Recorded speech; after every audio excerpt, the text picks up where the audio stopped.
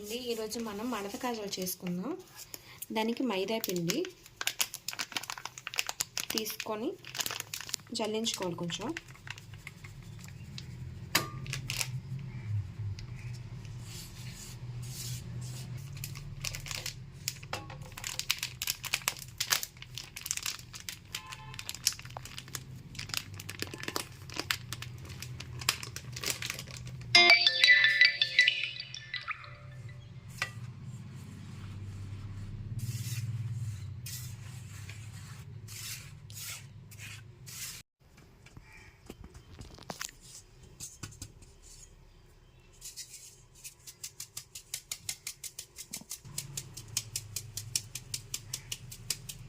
జల్లించుకున్న తర్వాత ఇప్పుడు దీంట్లో నెయ్యి, సాల్ట్ అన్నీ వేసుకొని కలుపుకోవాలి.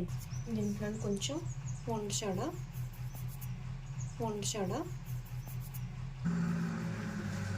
చిటికెడు సాల్ట్,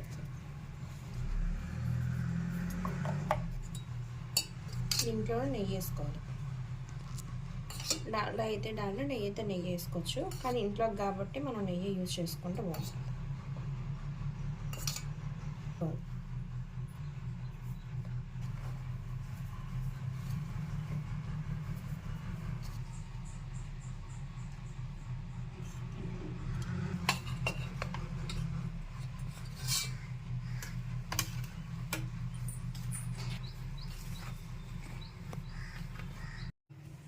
ఇది ఇలా రావాలండి.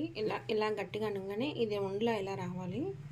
ఇప్పుడు కొంచెంగా నీళ్ళు వేసుకొని పిండి కలుపుకోవాలి.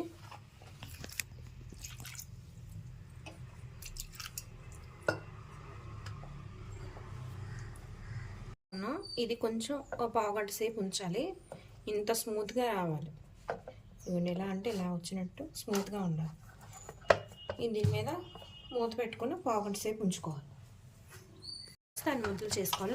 నాకైతే 4 ముద్దలు అయ్యాయి. ఇలా ఉండలా చేసుకొని పక్కన పెట్టుకోవాలండి.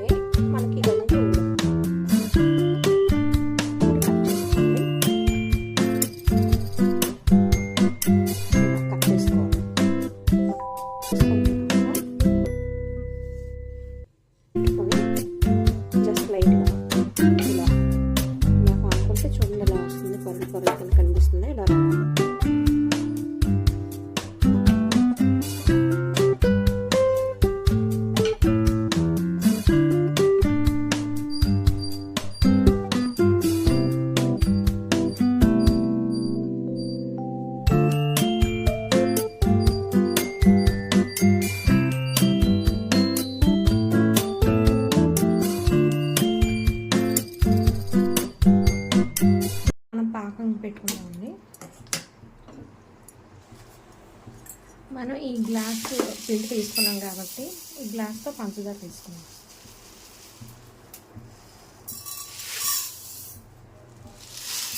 ఇంకొంచెం ఎక్కువ తీసుకుంటున్నాను. గ్లాస్ పిండికి సగం వేసుకుంటున్నాను. వాటర్ వేసుకుంటాను.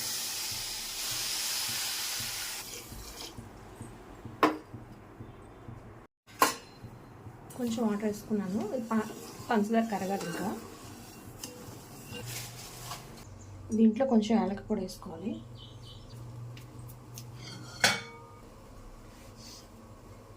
దీంట్లో ఒక స్పూన్ నిమ్మరసం వేసుకుంటే మనకి పాకం అనేది స్వీట్స్కి తెల్లగా వస్తుంది కదా, అలా రాకుండా ఉంటుంది. వాటికి నూనె వేడి చేసుకోవాలి. ఇలా సిమ్లో పెట్టుకోవాలి బాగా.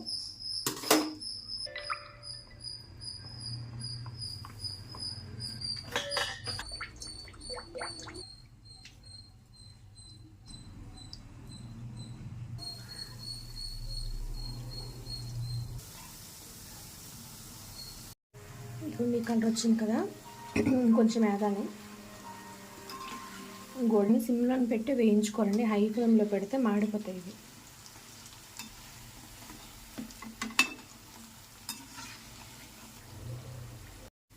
సారీ, ఇవి కొంచెం కలర్ తెచ్చాయి కదా. ఇప్పుడు మనం ఇవి పాకంలో వేసుకుందాం.